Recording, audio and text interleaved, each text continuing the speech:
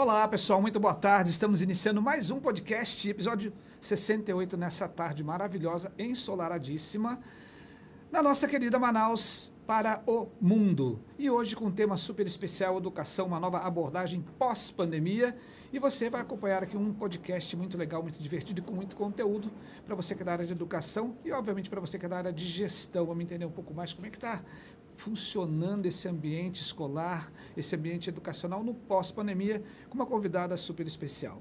Antes, eu quero agradecer aos nossos patrocinadores, né, os nossos parceiros comerciais, sobretudo essa água que é a melhor água do Amazonas. Ela, efetivamente, ela mata a sede.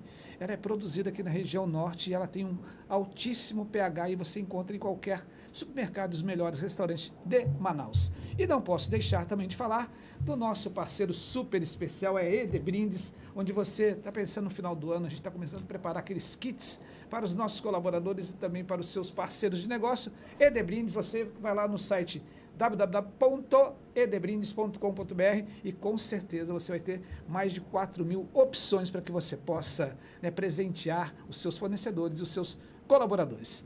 E voltando ao nosso tema, o nosso motivo principal de estar aqui, educação, uma nova abordagem pós-pandemia. A educação no Brasil alcançou menos brasileiros em 2023 do que em 2022. E é o que mostram os dados do Censo Escolar de 2023, divulgados pelo INEP, Instituto Nacional de Estudos e Pesquisas Educacionais Anísio Teixeira, e pelo Ministério da Educação, que produzem um mapeamento da formação escolar brasileira em instituições públicas e privadas. A educação no país ainda é marcada por retrocessos causados pela pandemia de Covid-19, que deixou alunos dos anos finais do ensino fundamental e do médio sem aulas por 178 dias, e impôs adaptações ao modelo remoto que provocaram um regresso capaz de afetar o sistema educacional no país. Por 2 décadas, segundo Florence Bauer, representante da Unicef no Brasil. A queda geral do número de estudantes contrasta com o aumento de acesso à educação nos primeiros anos de vida, além de outras informações reveladas pelo mapeamento.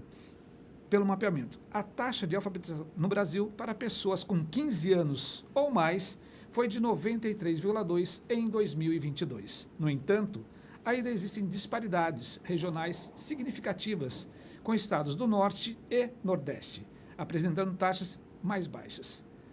Vamos falar um pouquinho sobre matrículas?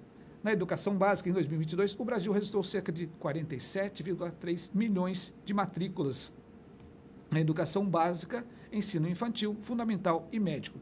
De acordo com o censo escolar, desse total, 81,5% dos alunos estavam matriculados em escolas públicas, enquanto 18,5% frequentavam escolas particulares. Vejam aí que a gente tem um gap muito grande, uma oportunidade para as escolas particulares. E para falar desse e de outros assuntos, eu tenho o prazer de estar aqui com a minha querida Ludmila Rondon. Seja muito bem-vinda, muito boa tarde. Boa tarde, Marcelo. Boa tarde a todos que estão nos acompanhando. Muito obrigada por essa oportunidade, esse convite. Realmente acompanho aqui o podcast e faço, assim, um agradecimento especial pela oportunidade e pelo tema, que realmente muito me agrada. Seja muito bem-vinda, é uma expert em educação e a gente vai conversar. E eu vou apresentar a nossa convidada, mas antes disso, eu vou virar aqui a nossa ampulheta do tempo, Ludmila, para que ela possa nortear um pouco do nosso assunto. Eu tenho certeza que a gente tem muito assunto e, como você bem colocou, né, com esse ar-condicionado e falando de um tema que você é apaixonada, poderíamos passar horas aqui conversando. Horas e mas horas. Nós temos um limitador de tempo. E a minha convidada, Ludmila Rondon, ela é CEO da Edtech Livedu, Soluções Educacionais, consultora em gestão educacional de escolas privadas do Amazonas e Distrito Federal, com alta performance em aumento de matrículas e resultados pedagógicos. Mentora de gestores educacionais, cofundadora do Grupo VIP de Gestores Educacionais do Amazonas, Educa e Ação. E a partir de agora nós vamos virar o jogo com Ludmila Rondon e eu vou direto ao ponto, Ludmila. Quais são as principais mudanças ocorridas na educação no pós-pandemia? Marcelo, o pós-pandemia ele vem sendo ainda desafiador enquanto sociedade. E a escola, ela é o berço, ela é o reflexo do que nós ainda estamos vivendo, das sequelas, né? Eu sempre digo que nós ainda temos sequelas dessa pandemia, seja na nossa saúde mental, seja ainda dos lutos vividos, e isso tudo reflete na escola. Reflete na criança, reflete na família, reflete no medo de viver um novo episódio de uma pandemia. Tem esse temor, né, que nos cerca constantemente. Você sabe que é interessante trazer isso no olhar do gestor. Nós estamos num período de renovação de matrícula, né, onde os gestores estão cuidando dos processos de matrícula. E os gestores me questionam assim: professora Ludmila, nós temos que manter no contrato 2025 uma cláusula que as aulas poderão ser online? Eu falei, olha, depois do que nós vivemos, eu acho que nunca mais a gente vai poder tirar uma cláusula. Até porque, né, Ludmila, eu penso que em sã consciência, nenhum gestor poderia colocar ou prever no seu planejamento estratégico anual a existência de uma pandemia. Exatamente. Então, foi uma grande lição que deixou que a gente precisa estar o tempo todo monitorando, né, se precavendo do que possa vir a acontecer. Mas, efetivamente, quais são as principais mudanças que ocorreram na educação? A educação ela já vinha sofrendo um processo de mudança muito agressivo, né? Eu acredito que... E aí nós temos uma temática que você trouxe como dado importante, que é a evasão escolar, que eu gostaria muito de desmistificar, dizendo que a pandemia, a evasão ela é muito anterior à pandemia, tá certo?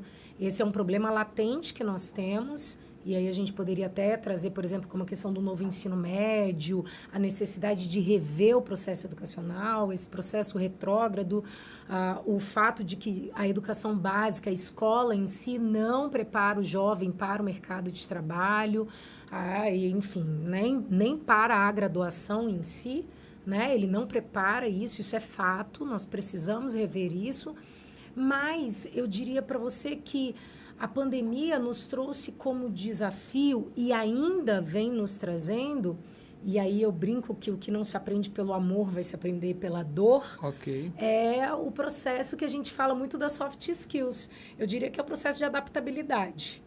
Quem não conseguiu se adaptar à necessidade, ou fechou as portas enquanto instituição de ensino, ou está tendo que literalmente navegar na dor. Aquele que está entendendo o processo, acolhendo a família, compartilhando os desafios com a família, porque, Marcelo, o processo educacional, ele só existe, o processo de ensino e aprendizagem de uma criança, ele só vai existir se a escola souber trazer a família para este processo. Reconectar, né? Não tem como. Esse não é um processo unilateral. A família, ela quer estar presente. Na maioria das vezes, eu digo para você que ela muitas vezes não sabe estar presente, tá? E aí a escola precisa ter capacidade técnica de chamar essa família para o jogo. Perfeito. Né? E aí aquela que não sabe estar no jogo, e aí eu vou dizer que, infelizmente, muitas vezes o ensino público talvez não consiga fazer o seu papel justamente por isso. A família que não consegue estar no jogo, o processo de ensino e aprendizagem vai ficar fragilizado por isso. Tem uma ruptura nesse processo. Exatamente. Né? Então, hoje eu coloco para você que o grande desafio está sendo esse processo de adaptação a esse novo cenário. É um novo cenário onde as demandas estão sendo outras. Quando eu coloco para você que eu trouxe aqui a temática da saúde mental, né? A escola não pode virar um consultório, mas eu também não posso negar que hoje a fragilidade emocional, seja família, seja aluno, seja equipe docente, né? Isso precisa ser tratado, observado, porque isso é o que está latente. Perfeito. E aí eu vou trazer também a questão da educação especial, né? Os alunos neuroatípicos. São situações que estão latentes no processo de gestão. Os gestores estão muitas vezes perdidos com esse assunto. O próprio governo está perdido. A legislação educacional principalmente na questão da educação especial, na minha opinião, ela é Eu diria mundo que de Barbie, sabe? E obsoleta para a realidade que nós temos atualmente. Né? Nem o próprio... É uma legislação que nem o próprio governo consegue aplicar. Perfeito. Né? Eu digo que, assim, ela é tão inexequível. Aí você vai dizer assim, porque na escola privada vai faltar recurso mesmo. Okay. A mensalidade não paga. Tudo bem, mas no governo não falta dinheiro, não falta recurso. E por que ele não consegue aplicar? Aí você vai ver que falta mão de obra, você não tem profissional especializado suficiente, falta planejamento, falta treinamento, capacitação. Claro, e gente, vamos entender que nós somos um país continental, o tamanho do Brasil. Perfeito. Né? Então, quando você tem uma realidade de uma educação pública, onde 80% do alunado está na rede pública, e aí você vai falar de uma educação especial, né? Essa gestão é delicada. Perfeitamente. Né? Deixa eu lhe perguntar, quais as adaptações são necessárias, né, que sejam internalizadas nas duas pontas, educadores e instituições, que nós temos numa ponta, educadores e instituições, e na outra nós temos estudantes.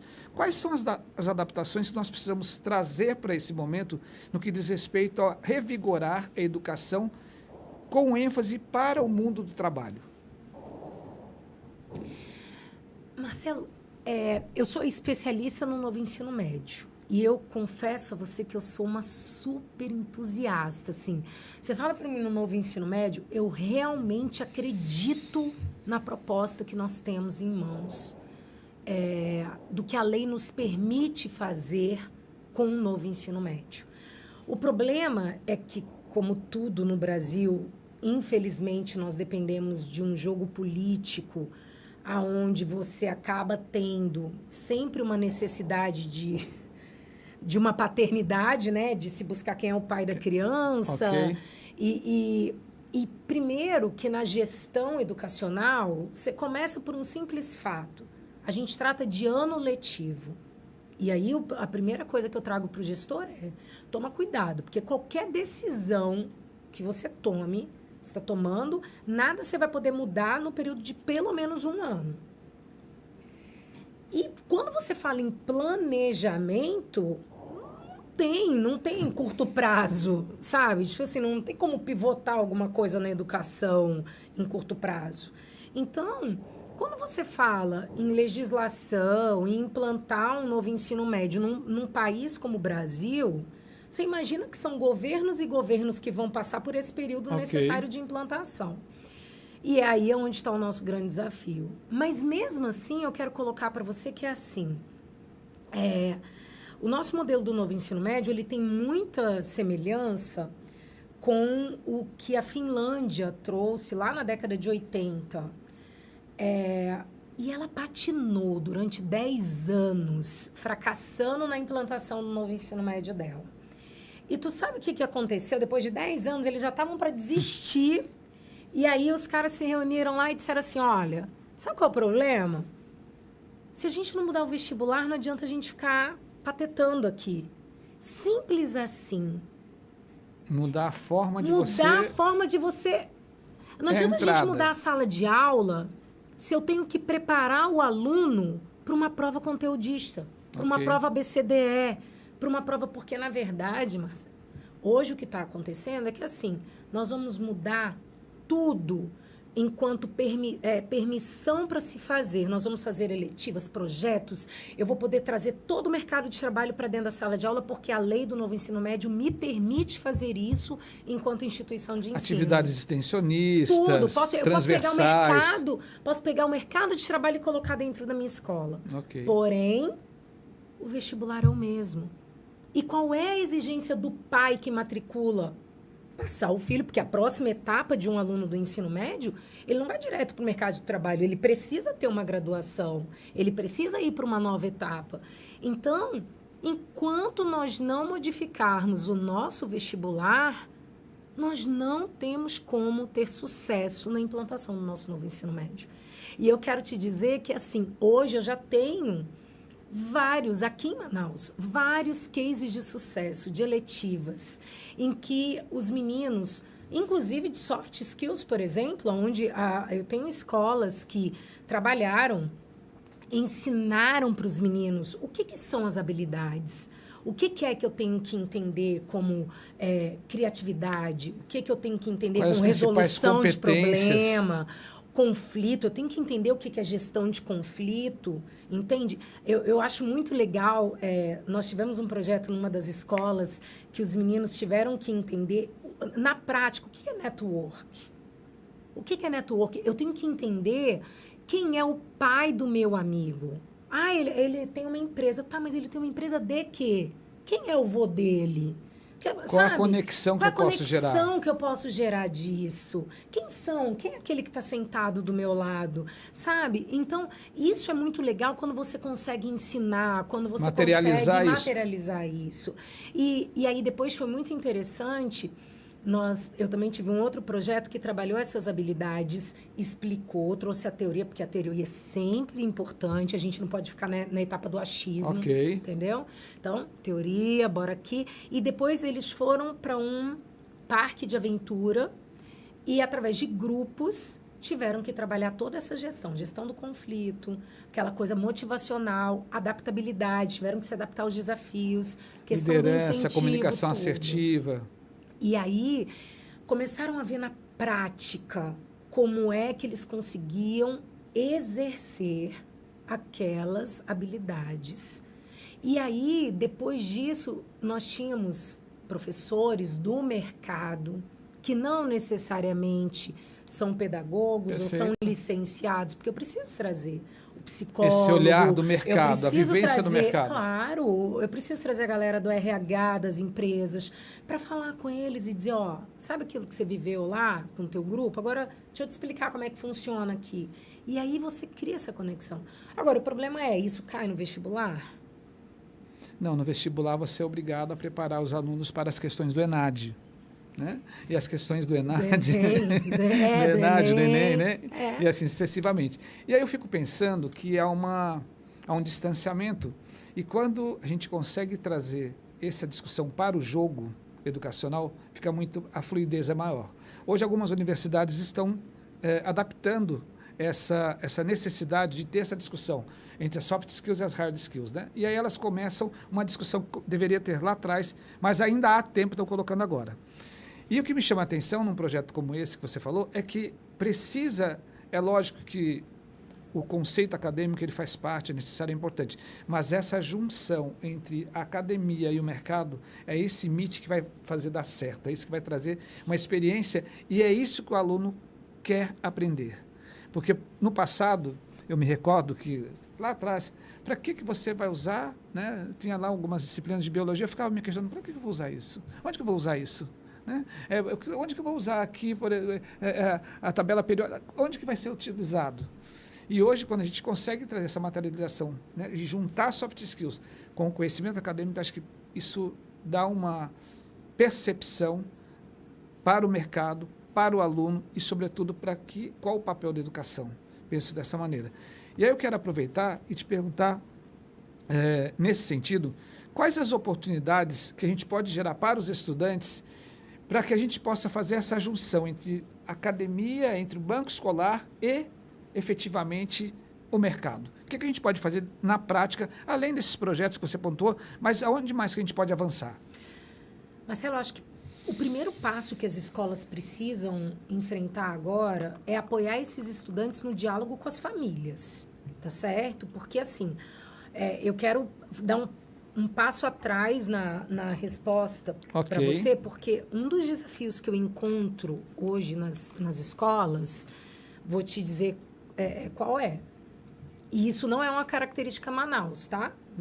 Já vou abrir aqui, porque hoje eu tenho esses desafios, por exemplo, Brasília, e sei desses desafios São Paulo e tudo ainda num universo em que você vai trazer projeto de empreendedorismo, por exemplo, e você vai ter o desafio de ter pais chegando assim, eu não estou pagando essa escola para o meu filho ser dono de loja.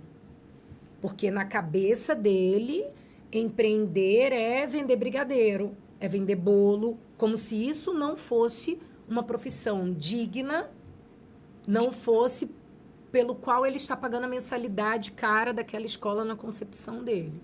Por que eu estou colocando isso? Porque a escola precisa entender o papel dela junto à família. Não adianta eu querer trabalhar a cabeça do aluno se esse diálogo não está conseguindo permear o cenário familiar dele.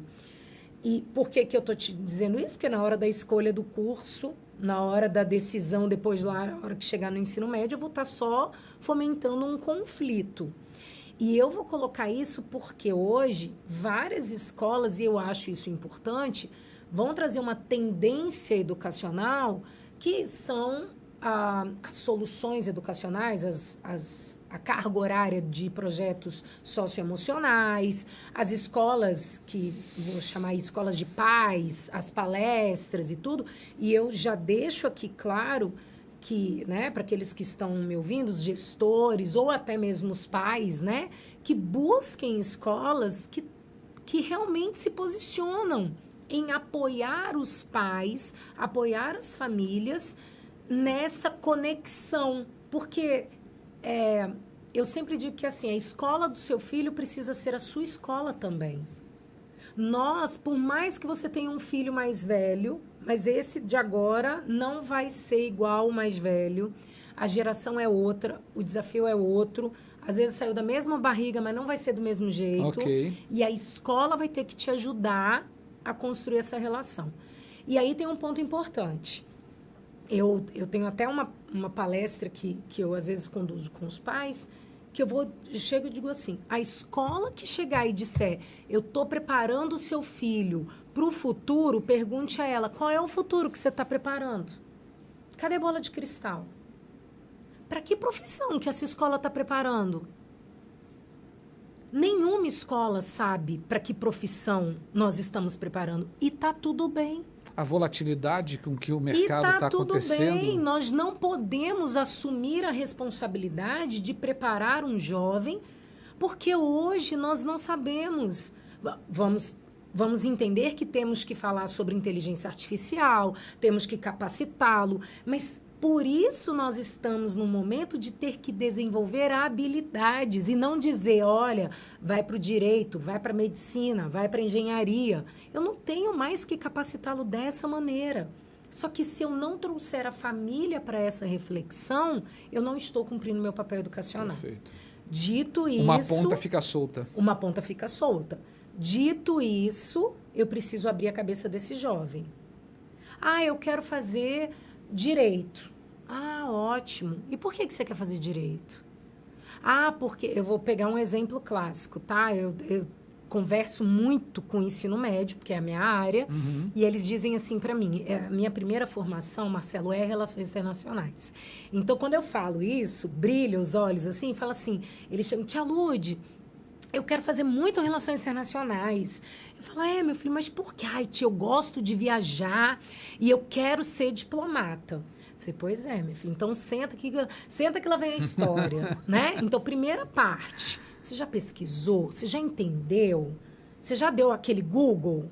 Aí você começa a descobrir, primeiro, diplomacia é um concurso público.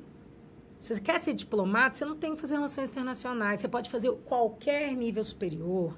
Se eu puder te dar uma dica, a prova é muito mais carregada em direito do que grade de relações internacionais. Aí você começa a mostrar para os meninos que o que menos importa é a grade. Eu até brinco com eles. Você quer ser diplomata? Começa a estudar para concurso público agora. Começa a fazer concurso agora nível médio. Você vai ter que ser bom em concurso público. Aí você começa a mostrar, você desmistifica que aquele certificado que ele vai pegar na graduação vai valer alguma coisa. Quando eu converso com ele sobre graduação, sobre o poder da faculdade, eu falo que o grande poder da faculdade está nos cursos, nos seminários e no network que ele vai fazer durante a faculdade. Perfeitamente. Você quer ver um grande case que a gente precisa falar para esses meninos? A Universidade Google. Grandes Quantos cursos o Google? Pega aí esse workspace do Google. Pega esse workspace do Google e quantos meninos hoje não estão participando de processos seletivos em que um dos requisitos é Drive, Workspace, todo esse processo? Então, a gente precisa desmistificar isso para eles, porque senão todas as fichas vão para a escolha de uma graduação e eles não enxergam o todo do processo. E, sobretudo, esse novo ecossistema de negócio que a gente tem, que ele é imprevisível, né? Você tem assim, é um momento totalmente disruptivo e para a educação também.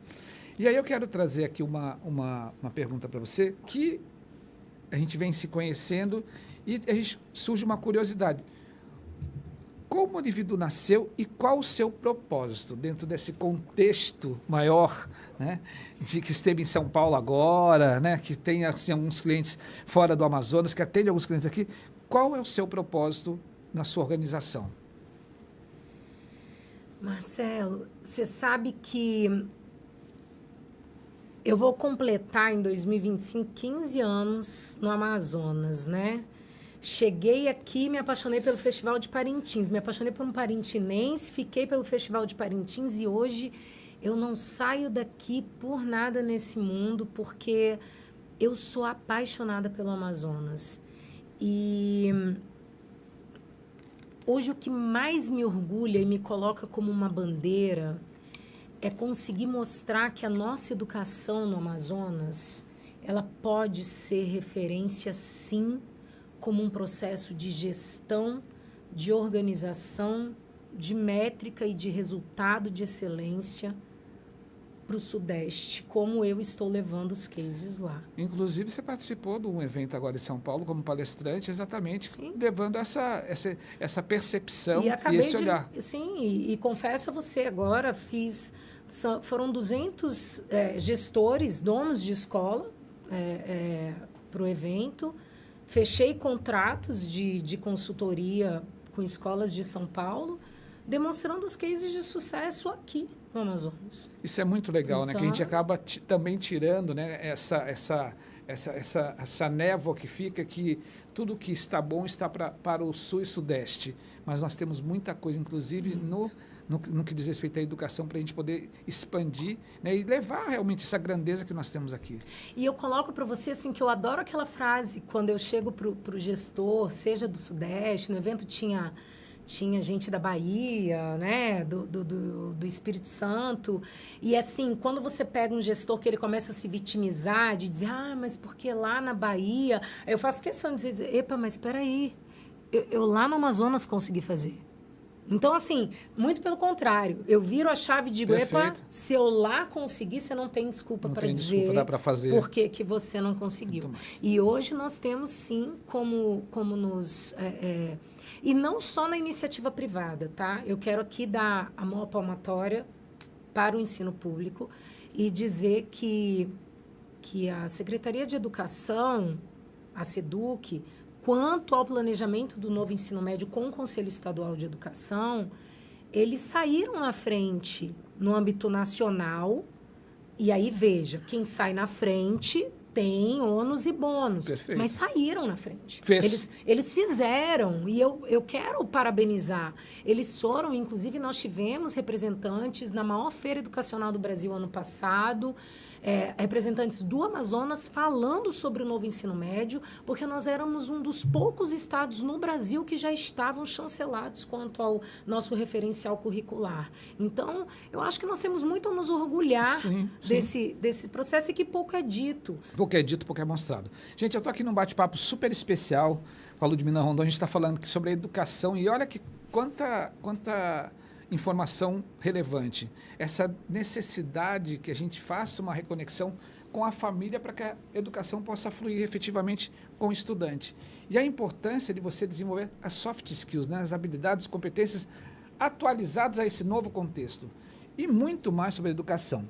Então, você que está com a gente, permanece aqui com a gente e eu vou convidar a Ludmila para ela tomar uma água, que nós chamamos ela carinhosamente de Tia Lud, que ela é apaixonada pelos estagiários, então assim, ela é uma incentivadora de estagiários, né? A Nádia está mandando aqui, mandou uma mensagem agora há pouco assim, fala para a Tia Lud que eu estou assistindo. Eu falei, tá bom, vou já falar, já está falado o recado. Beijo para a Nádia. E eu quero aproveitar, enquanto ela toma uma aguinha, para falar com você que está do outro lado sobre as nossas vagas de emprego, nesse momento super especial, com o aumento de prestação de serviço aqui do Virando o Jogo, para você que está buscando uma colocação ou recolocação no mercado de trabalho.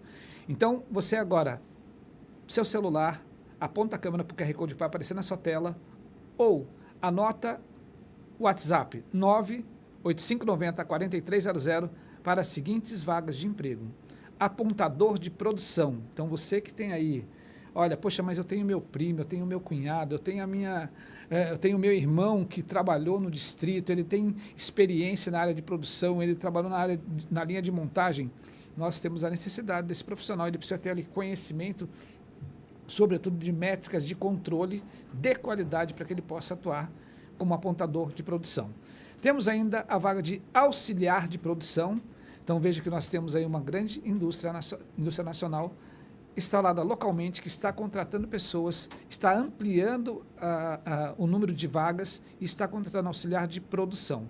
Então, você que já tem experiência comprovada, você que já atuou, que você tem que ter, sobretudo, registro CLT para que você possa participar dessa vaga. Temos ainda aqui a vaga de estagiário de engenharia. Então, você que está cursando, né, a faculdade de engenharia, você que está ali buscando esse conhecimento acadêmico, mas você quer aprender, você quer fazer uma junção entre o conceito e a prática, o momento é agora de você participar como estagiário de engenharia. Temos também a vaga de estagiário de administração, então você que cursa, faz parte aí da universidade, está ali cursando curso de administração, está tendo essa vivência, a partir do 5º período você pode se candidatar a vaga de estagiário de administração. É importante que você esteja cursando administração, é importante que você queira aprender, que você tenha disponibilidade de horário. Essa empresa está buscando estagiário de 4 e 6 horas, a legislação permite isso, então é uma grande oportunidade de você, conhecer mais na prática aquilo que você está vivenciando no seu curso. Temos ainda a vaga de operador de máquina, e é importante que você tenha aí passado por instituições como o Senai, você tem que pelo menos ter lá o diploma, o certificado do Senai de uma das máquinas que você operacionalizou lá, ou aquele curso de operador de máquinas e ferramentas. Então, é super importante. E, por fim, temos a vaga de vendedor interno. É uma empresa que está buscando esse profissional, você tem que ter experiência na área de negócio, na área de vendas, sobretudo atendimento ao cliente, e que queira efetivamente crescer. É importante ter uma boa comunicação assertiva e possuir o pacote Office, ou seja, conhecer ali Excel, o Word, para que você possa preparar ali as propostas, para que você possa mensurar ali o seu desempenho através do pacote Office. Então, você que está buscando aí recolocação, e se não é para você, anota o WhatsApp 98590-4300 e você pode se candidatar a essas vagas. E lembrando que esse processo de divulgação de vagas, ele é totalmente gratuito aqui no Virando o Jogo e você pode participar desse processo seletivo. E eu vou voltar aqui, vou conversar aqui nesse bate-papo super interessante, a gente está falando sobre educação. E a Ludmila Rondon, ela tem vasta experiência e eu quero extrair um pouco mais desse conhecimento e lhe perguntar o seguinte: no que tange aos conteúdos pedagógicos, qual o papel da educação para o mundo do trabalho? Marcelo, você já falou um pouquinho dessa mudança, né, desse novo ensino médio, mas qual deve ser o papel, se a gente conseguir materializar isso para o mundo do trabalho? Eu acredito que a educação básica, ela deveria justamente trazer, aflorar as potencialidades, né, das crianças e, consequentemente, dos jovens, né? Essa descoberta, eu acho que isso é função da escola, despertar a curiosidade, desenvolver a criatividade. Isso é o que cabe à educação básica. Porque, veja só, se eu entrego para o mercado de trabalho alguém criativo, alguém com uma habilidade de resolução de problemas, né? Com criatividade, disposto, com adaptabilidade e com, principalmente, curiosidade. Você sabe que hoje, é o que eu mais sinto falta na geração hoje. Isso é um desafio que nós temos com os nossos jovens, né? Eles estão cada vez menos curiosos. E se eu coloco isso para o mercado de trabalho, você não tem curiosidade de aprender, de desenvolver, de se desafiar, né? No quesito mesmo de avançarmos. Então, se a escola não consegue fazer isso e busca apenas a questão conteudista, eu acabo colocando para você que, de fato, esse conteúdo está ultrapassado. Conteúdo por conteúdo, o Google vai entregar. Da mesma forma ou até melhor. Da mesma forma. Ou eu até quero melhor. dizer para você que a resposta vai vir muito mais rápido, né?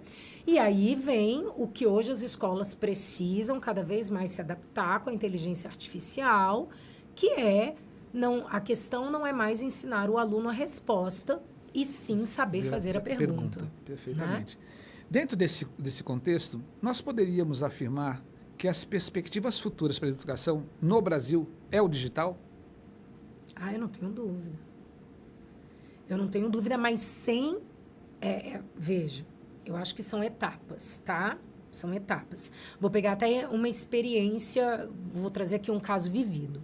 Eu tenho uma instituição de ensino que eu acompanho, que nós fizemos uma troca dos livros paradidáticos, os de historinha, para leitura digital, tá?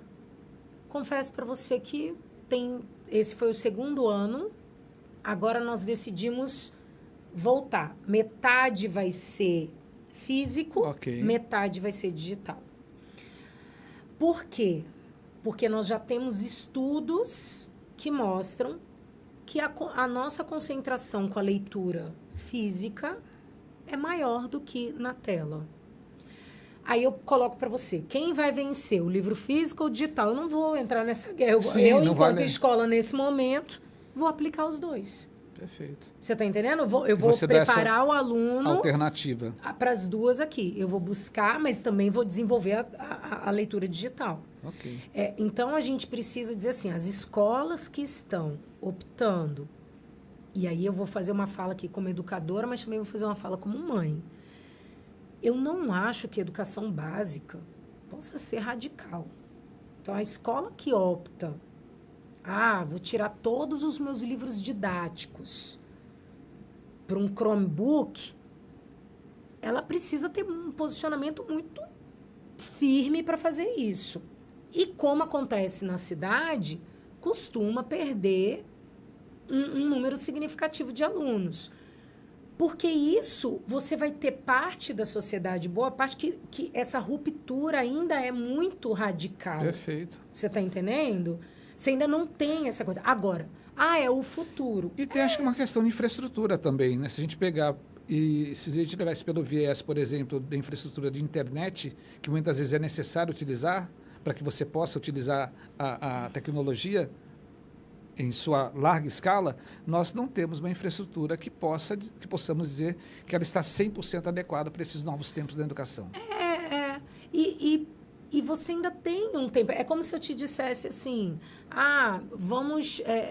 o carro elétrico, o carro não sei o quê. É o futuro, tudo ok. Mas você tem que entender que a gasolina ainda precisa estar no posto, porque a gente ainda tem muito carro a gasolina. Então, essa migração, essa transformação, ela tem que entender que ela tem dose. E a gente precisa tomar cuidado, porque a educação básica, ela, mais uma vez, Marcelo, a gente não mexe só com o aluno. A família tem que estar pronta. Então, quando eu decido tirar o livro físico e colocar o digital, eu preciso compreender o seguinte: a família está preparada para acompanhar a tarefa deste aluno no digital? Você entende que é um movimento onde o processo de ensino e aprendizagem é bem maior do que a criança? Então, são movimentos que eu acredito. Agora, é indiscutível que todos nós, mas aí nós estamos falando das crianças, que a inteligência artificial, que o digital, que a necessidade de nós entrarmos, por exemplo, tem uma escola que eu acompanho, que eu achei super legal, a campanha de renovação de matrícula deles agora, eles sempre têm um mimo e tudo, foi uma playlist no Spotify que foi colaborativa. Os alunos todos antenados no playlist, você está entendendo? Então, assim, eles estão entrando num universo jovem. Vai mesclando, vai trazendo assim, algumas experiências para que possa haver essa imersão de maneira... Marcelo, tem umas coisas que eu queria comentar, porque eu quero registrar aqui para vocês. Vocês sabiam que foi no Amazonas a primeira escola, universo privado que eu vou trazer aqui, tá? A primeira escola foi do Amazonas que desenhou e leiloou uma NFT no Brasil. Educação básica, 6º ano do ensino fundamental. Olha que interessante. Sabe? Isso então, não é divulgado, assim, isso é pouquíssimo divulgado. Você está entendendo? Então, assim, eu tô querendo colocar que assim, existem iniciativas, e aí eu coloco para vocês, porque eu estava vivenciando. Quando a gente falou de NFT, foi muito engraçado esse desafio que eu quero colocar. Foi um aluno de 5º e acho que 2 ou 3 de 6º que chegaram, era uma mostra de arte, aí os meninos podiam fazer arte. Aí tu podia fazer arte de qualquer coisa. Aí chegaram e disseram assim, a gente quer fazer NFT. Aí sabe aquela cara de coringa, assim, aquela cara do coisa, ficou um olhando, os professores se olhando, tipo, o que é NFT? Aí, tia, aquele macaco que o Neymar... Aí tira o celularzinho, dá aquela Googleizada aqui, né?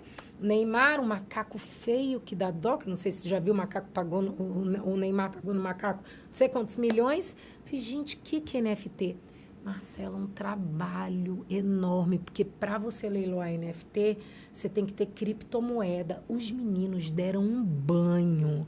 Inclusive, nós temos, que agora está em São Paulo, porque quando cresce, nós temos uma menina amazonense maravilhosa, chamada Malu Finanças, que é uma menina amazonense que está falando de finanças em São Paulo agora, que saiu, inclusive, participou desse projeto falando sobre criptomoedas. Muito e que agora legal. fala sobre educação financeira para crianças. É isso, acho que essa conexão é que gera valor. E agora ela tem podcast, ela tem tudo, tá inclusive num canal aberto, ela tem uma coluna num canal aberto que eu não vou me lembrar aqui. Mas maravilhosa. É Amazonas, sabe aquela coisa? Por isso que eu te digo, orgulho de ser amazonense. É isso que gera valor, é isso que gera conteúdo, né, interessante para que a gente possa efetivamente mostrar o papel da educação. Gente, olha que papo interessante, olha que assunto que a gente está trazendo aqui, não só o conteúdo sobre educação, mas trazendo esses talentos que despontam, que esse é o papel também da educação, sabe, de descobrir talentos, desenvolver essas habilidades, de conseguir trazer essa vontade da educação para o jovem e ele se tornar referência naquilo que era um desafio e hoje ele consegue explorar da melhor forma. Temos aí o exemplo da NFT, temos agora o exemplo da aluna que está falando sobre finanças e quantos mais talentos existem que muitas vezes estão escondidos porque nós ficamos ali, né, com aquela coisa arcaica de sala de aula e sem pensar no novo, nesse novo ambiente que nós temos e, sobretudo, na revolução que é necessária para a educação. Estou aqui com a Ludmila Rondon, vou pedir para ela tomar mais uma aguinha super gelada que chegou aqui agora para ela. E enquanto isso, eu vou falar com você, que está do outro lado, sobre a nossa Academia de Líderes, que é o maior treinamento de liderança da região norte. Já formamos mais de 5.000 pessoas e a gente leva para esse treinamento toda a nossa experiência de mais de 30 anos em 5 módulos super interessantes. Primeiro módulo, liderança, pensamentos e mudanças, né? As características, a meta-liderança e, sobretudo, a gente traz um olhar da importância de nós fazermos aí uma reconexão, ou melhor, uma conexão com as soft skills e as hard skills. No segundo módulo, a gente fala sobre as ferramentas de gestão que podem acelerar, fazer você tracionar o seu negócio, ser muito mais produtivo, dar efetivamente resultado para a sua organização. No terceiro módulo, a gente fala sobre marketing pessoal, da importância da sua marca pessoal, que você consegue gerenciar melhor a sua carreira e, sobretudo, gerar negócio através da sua marca pessoal e com ética profissional. No quarto módulo, nós falamos sobre modelos de negócio. O que está acontecendo? O que tem de interessante? Né? O que está ladeando esse novo universo, esse novo ecossistema de negócio? E, por fim, no quinto módulo, nós falamos sobre planejamento estratégico e plano de negócio. Então, você pode acessar agora pelo www.ipvv.com.br e peça lá maiores informações para a Academia de Líderes. E interessante que nós podemos fazer isso para a sua organização, que são os projetos in company, que são super interessantes. Aproveitar ainda para te dar uma dica de um livro super legal, Mentes Extraordinárias, do Alberto Delissola, que é super interessante. Nós sabemos que todo mundo reconhece aqueles momentos que nós precisamos efetivamente inovar, criar, provocar situações que de alguma forma chamam a atenção. Então faz sentido afirmar que o segredo do sucesso pode ser resumido em ser criativo. E essa é uma habilidade que a professora Ludmila acabou de trazer aqui para a gente, nessa discussão, como é importante você desenvolver essa soft skills, sobretudo a criatividade. E que muitas vezes a falta de criatividade é porque as pessoas querem criar atalhos. E neste livro, o leitor entrará em contato com técnicas profissionais para desenvolver toda a capacidade do cérebro e impressionar com novas ideias que você pode desenvolver, sobretudo a sua criatividade. Aprenda estratégias para melhorar a sua memória, conheça o método eficiente de aprendizado, saiba como fazer um brainstorming eficaz e elabore projetos vencedores e muito mais.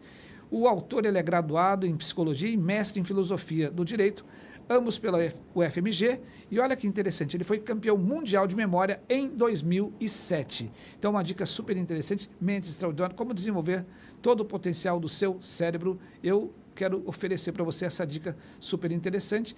E vou voltar aqui para falar com a professora Ludmila, que a gente está num papo super interessante sobre educação, uma conversa que está despertando, né, como que a gente pode tratar e deve tratar a educação e como que nós podemos observar melhor essa mudança educacional prevista e que algumas escolas estão aí adaptando e trazendo para esse novo contexto.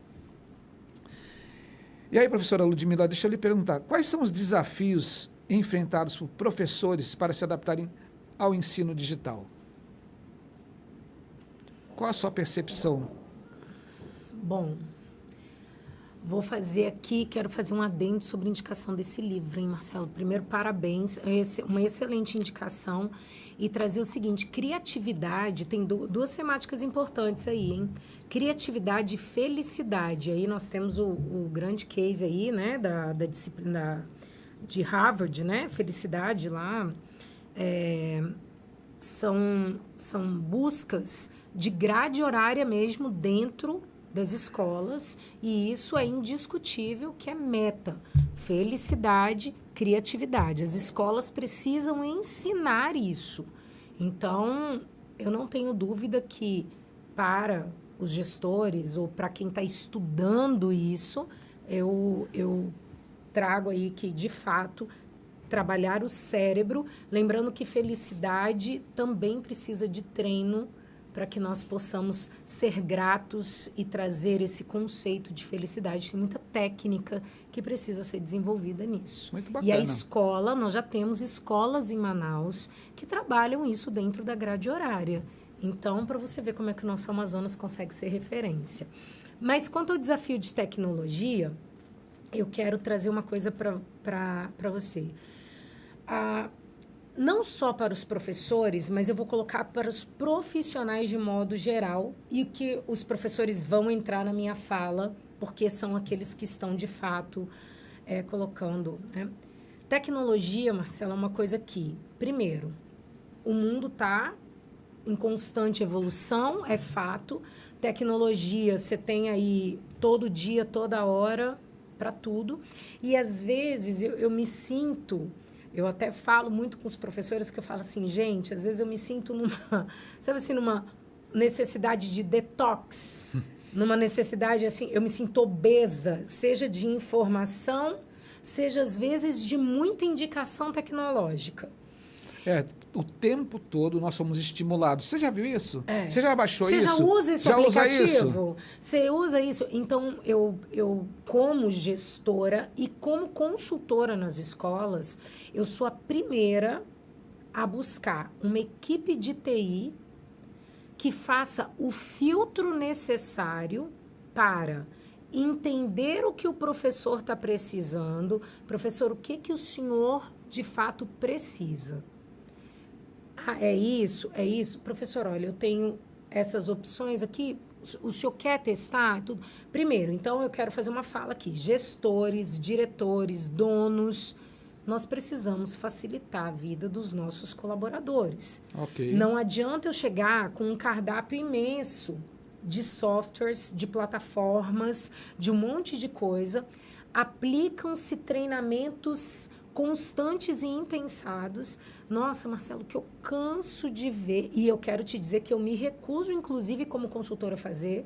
Sabe aqueles treinamentos de 4 horas, 6 horas? Gente, não tem ser humano que aprenda 4 horas seguidos de um treinamento de plataforma. Eu sempre brinco que é assim, professor vai aprender o uso da plataforma. Aí ele vai aprender como ele vai fechar o ano letivo dele. Gente, ele só vai fechar o ano letivo em dezembro.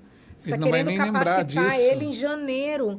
Aí eu sempre, pelo amor de Deus, ensina ele a fazer chamada e lançar o conteúdo. É isso que ele vai precisar segunda-feira? Ensina isso. Aí, na outra semana, você chama ele mais 30 minutinhos e ensina o próximo passo. Perfeito. Sabe aquela lifelong learning? Ok. Nós temos que aprender a fazer isso. Então, a tecnologia ela precisa vir dosada também de bom senso. E aí, eu acho que tanto professores, e aí vem o lado do profissional agora, nós também temos que saber dizer, gente, só um minutinho, não consigo aprender isso tudo aqui, não. O que eu estou precisando agora? Eu estou precisando do arroz e do feijão agora. Eu estou precisando de alguma coisa que me ajude nisso aqui. E não ser bombardeado acaba que se torna um grande estresse. É isso, é um estresse. Eu tenho que dar conta disso tudo aqui, sendo que, na verdade, que você precisa de um Excel. Professora Ludmila, vou finalizar esse bloco para a gente poder ir depois para o vai e vem. A gente já estourou o tempo, mas acho que essa pergunta é super importante. Nós estamos vivendo aí um momento da inteligência artificial, né? Ela vem aí e, a meu ver, ela é o meio, né? Ela não é o fim. E as pessoas acabam confundindo isso. Como que é o seu olhar acerca da inteligência artificial e como ela pode transformar a educação no Brasil? Ou não? Eu acho que ela é fantástica. Eu acho que ela... Primeiro que eu acho que ela de artificial, ela não tem nada, sabe? É muito legal você falar isso, que a gente conheceu uma inteligência artificial que é a Pi, né?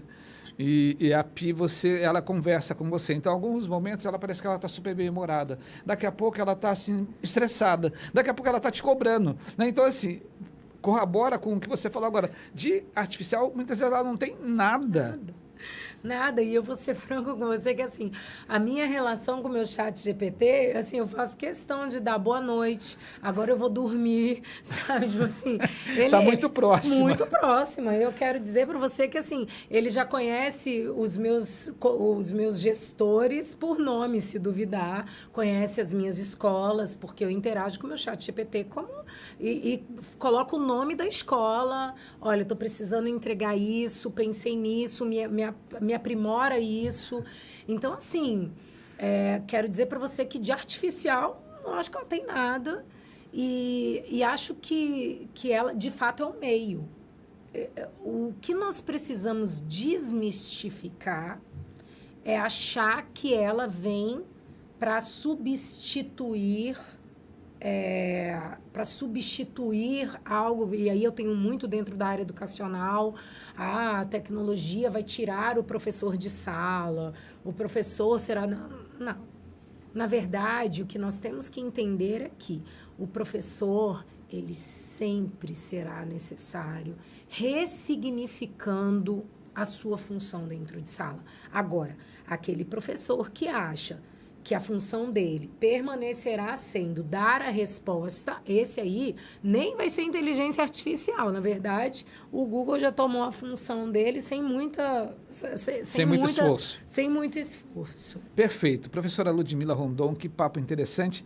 E eu vou agora aqui para o final do nosso bate-papo, sempre no oferecimento da ED Brindes, né, que é a melhor empresa de brindes do Brasil. Você está preparando, né? Tenho certeza que você está preocupado agora com o final de ano. E eles têm um catálogo de mais de 4.000 itens. Olha que impressionante. Você pode buscar lá no site da ED Brindes, você pode fazer um caderno, você pode fazer um esquizo, você pode fazer caneta, você pode fazer mochila. Você tem uma infinidade, inclusive dos dos itens sustentáveis que está aparecendo para você na sua tela nesse momento. A ED Brindes que traz para você aqui alguns copos super interessantes, kit churrasco, uma coisa super legal para você dar de brinde, para você presentear o seu colaborador ou os seus parceiros comerciais.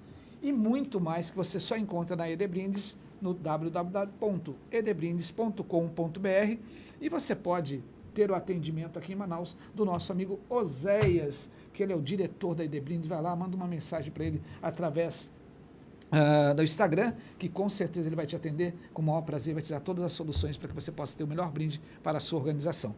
E eu vou voltar aqui para que a gente possa finalizar esse papo interessante quando tá passando para você esse restinho desse filme, mostrando lá os itens super legais da ED Brindes.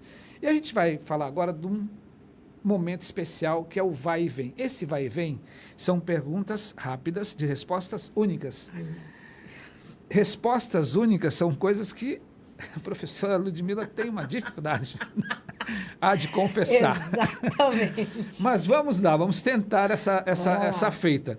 O que é mais importante, cérebro ou apresentação? Cérebro. Empreender é... Gerir. Qual a lição mais importante que a vida lhe ensinou? Ser feliz. Sua maior alegria? Ser mãe. Seu diferencial? Ser a Ludmila. Quem é Ludmila Rondon? Mãe do Áureo e esposa do Suede. Muito legal. Professora Ludmila Rondon, quero dizer que foi um prazer enorme recebê-la aqui. Esse bate-papo, tenho certeza que muita gente aprendeu nesse momento, a gente entendeu um pouco mais a educação, de uma maneira leve, uma maneira descontraída e com muito conteúdo. E gostaria que você agradecesse aos nossos internautas, nossos telespectadores, e se você, por algum motivo, pegou no meio da conversa aqui, só pegou um pedacinho da conversa, isso vai subir para o nosso site, vai ficar lá, você vai acessar a plataforma Amazonas Atual, seja no YouTube ou no Facebook, e você tem uma entrevista super legal, um conteúdo super bacana, para que você possa aprender um pouco mais e vivenciar mais sobre a educação. Marcelo, quero agradecer, de coração mesmo, muito obrigada. Nem vi, eu quero dizer que eu nem vi o tempo passar aqui. A ampulheta achei que foi muito rápida, muito rápida. Mas quero deixar o convite aí, através das minhas redes sociais, enfim, tem lá o meu contato. E deixo aí aberto aqueles que quiserem interagir também, que revejam aqui o nosso papo, que entrem em contato, mandem mensagem, lá tem como entrar em contato comigo através do celular também. Fico à disposição dos gestores e também quem quiser interagir através das famílias, se alguém quiser pedir apoio em relação à educação, à questão de escola. Quero dizer para vocês que não só como educadora, mas como mãe também, vivo os meus desafios de um jovem, né, de um adolescente. Então, pratico, coloco a educação na prática também, porque eu acho importante a gente viver esse universo educacional também, enquanto mãe e educadora. Mas muito obrigada. E quero parabenizar pelo seu trabalho, pelo podcast, por toda a atuação. Afinal, eu acho que levantar essa bandeira da gestão no Amazonas, das nossas empresas, né, manauaras, amazonenses, eu acho que isso é muito importante. Conte comigo, pode ter certeza. Estamos à disposição. Gente, o papo foi tão interessante, tão valioso, que passou o tempo assim que a gente nem percebeu. Estouramos o tempo, mas com certeza ficou uma mensagem muito legal sobre educação, sobre o conteúdo da educação que é importante, sobre essa revolução no ensino que precisa ser feito e como a gente aproveitar melhor as nossas soft skills. Tive o prazer de conversar com a professora Ludmila Rondon nesse bate-papo que toda terça-feira você acompanha aqui no nosso podcast Virando o Jogo. Eu aguardo você na próxima terça-feira comigo, Marcelo Salum. Obrigado a todos pela audiência, obrigado a Deus por mais essa oportunidade. Até a próxima.